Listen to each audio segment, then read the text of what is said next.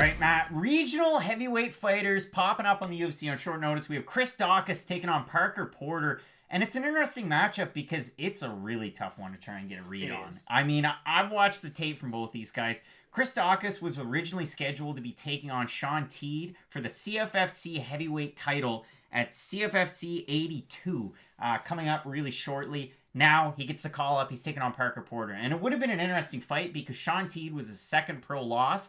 It was Teed's pro debut, so there's a little bit of juice there. I mean, 5 years removed. Since then, Chris Daukaus gone on a nice little run. His only loss is to Zhu Anyanwu that we saw in the UFC and Bellator. He fought Chris Daukaus peppered in between the two losses that he had. But it was a really good fight, and if you want to get a read on Chris Daukaus, that was kind of the fight because back and forth, Daukaus really controlled the pace, worked the takedowns on Anyanwu, had him rocked in the first round. Probably could have been stopped, but it wasn't because Anyanwu was still moving around.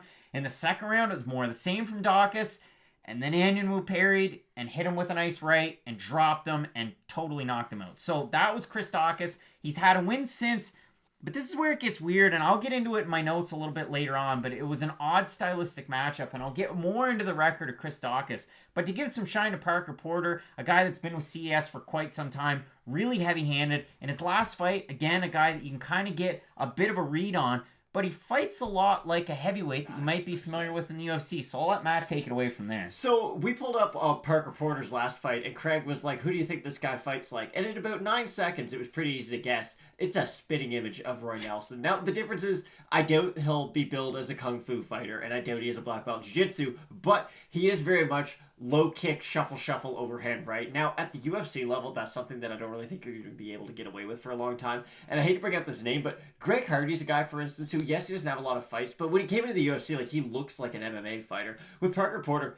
he's got kind of a dumbed down skill set, if you will, because at heavyweight, you can get away with a lot more mistakes than you can at, for instance, the lightweight, because Parker Porter, he's going to throw that calf kick. Now, when I say calf kick, it's not like a Benson Henderson calf kick where it's like jab, time it, throw the calf kick. It's more to close distance, just try to land those big bombs. The nice thing you will see about Porter with the kicks, and again, I don't want to feed a fed horse here because it seems like everybody talks about this now, calf kick. But the thing that Parker Porter does well is he'll mix it up, body, the thigh, and the calf. So he'll switch it up. He throws it primarily from his back leg, being his right leg, because he's an orthodox fighter. But he will throw a quick little left kick in there to switch things up. But it's primarily forward motion, overhand right. He's got it cocked high. And the thing that he does is he's one of those power punchers. Like we saw Sabah Homasi, Curtis Millender, any Sabah Homasi fight. And that's such an odd reference. But he's one of those fighters, because we just saw the fight, that closes distance with an overhand right and gets in there close. So you might see that out of Parker Porter. The thing is,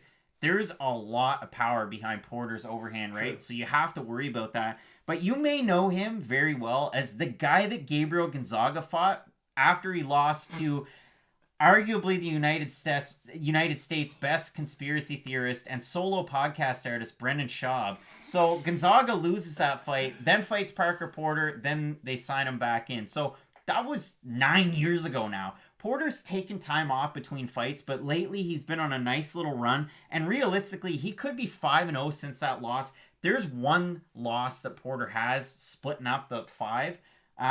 It was one where he was about to finish his opponent, illegal strikes to the back of the head, and he loses it on somewhat of a technicality. But that would be 5 wins in a row, and that loss back in 2018. So it's a guy he took time off, and then he comes back, and he still looks pretty good. I would say somewhat of a picture of consistency in that regard, and you know probably what you're going to get. Yeah, and Chris Daukaus, he really reminds me of store brand Tanner Boser, and this is before Boser started finishing people in his last 2 fights, because when you look at what Chris Daukaus does and kind of what Boser used to do, he was more known as that decision heavyweight, where he wasn't really going to go out there flatline you in one round. It was, I'm going to volume you, I'm going to have a better game plan and whatnot. Now again, this is Boser before his last couple of fights. Chris Daukaus is a guy, he can play the long game, even though he does have quite a few finishes, because he's not afraid to clinch, he's not afraid to make it dirty, make it ugly for a little while. And I think that is going to cause a little problems for Parker Porter. That's one of those things. So you look at Chris Daukaus, so since he lost that fight to Sean Teed, he was 6-1. 5 of those 6 wins by knockout or TKO. He is, of course, the brother of Kyle Daukaus, kind of buried that one in here, who you saw had a great fight on somewhat a short notice, and a CFFC champ as well, taking on Brendan Allen, great last name. Chris Daukaus, the other thing, City of Philadelphia PD officers, kind of neat there. The one thing, so I talked about his record and where it gets a little squirrely. So the combined record of his last 6 wins, the guys were 19 and 18. His last opponent was a 35-year-old who was 4-4 on a 3+ year long layoff, moving up from light heavyweight. And the fight was almost a year ago. It was one of those ones where it was a finish win, but it was like the referee jumped in there pretty quick.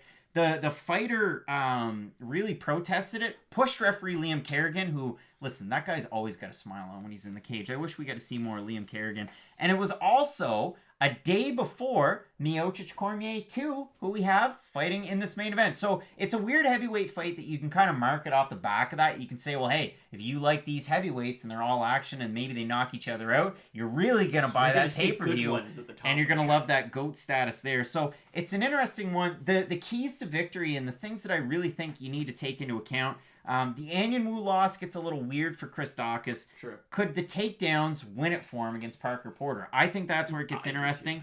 And again, he has that ability where he can throw a head kick. If you saw, what was it, second to last win. It was like a slip on a head kick, and he knocked the guy out. So it was pretty cool. But Chris Daukaus, to me, a little bit more complete in mixed martial arts from what we've seen in his fights. With Parker Porter, it's going to the well and you know what you're going to get. But you always have to worry about it with a fighter like Porter that, again, he could finish you with that overhand right. And like a typical guy, the left hook is also pretty deadly. Oh, yeah, but the thing you have to ask yourself is, are you more likely to see Parker Porter knock out Chris Daukaus, or do you just think Chris Daukaus can avoid the big knockout shot? And that's really what it comes down to for me personally, so I think Daukaus will be able to get it done, probably by decision. Which, I agree with you. If you look over at the odds, Daukaus, the underdog, plus 125. This fight was just announced. Parker Porter, minus 165 favorite. If you look over on Tapology, limited sample size, 137 votes, 68% going with Porter. 81% going with Porter to win by knockout or TKO. I get it. I see it. It's a really tough fight to predict. I wouldn't touch this one with a 10-foot pole. The prediction after watching all the fight tape and deep diving, I'm going with Chris Daukaus as well, but it is one of the least confident picks. It's a really tough fight to try and get ready for, I guess, because again, if you want to compare this to Miocic Cormier 3, it's like the first half second between Miocic Cormier 2 when they're walking together.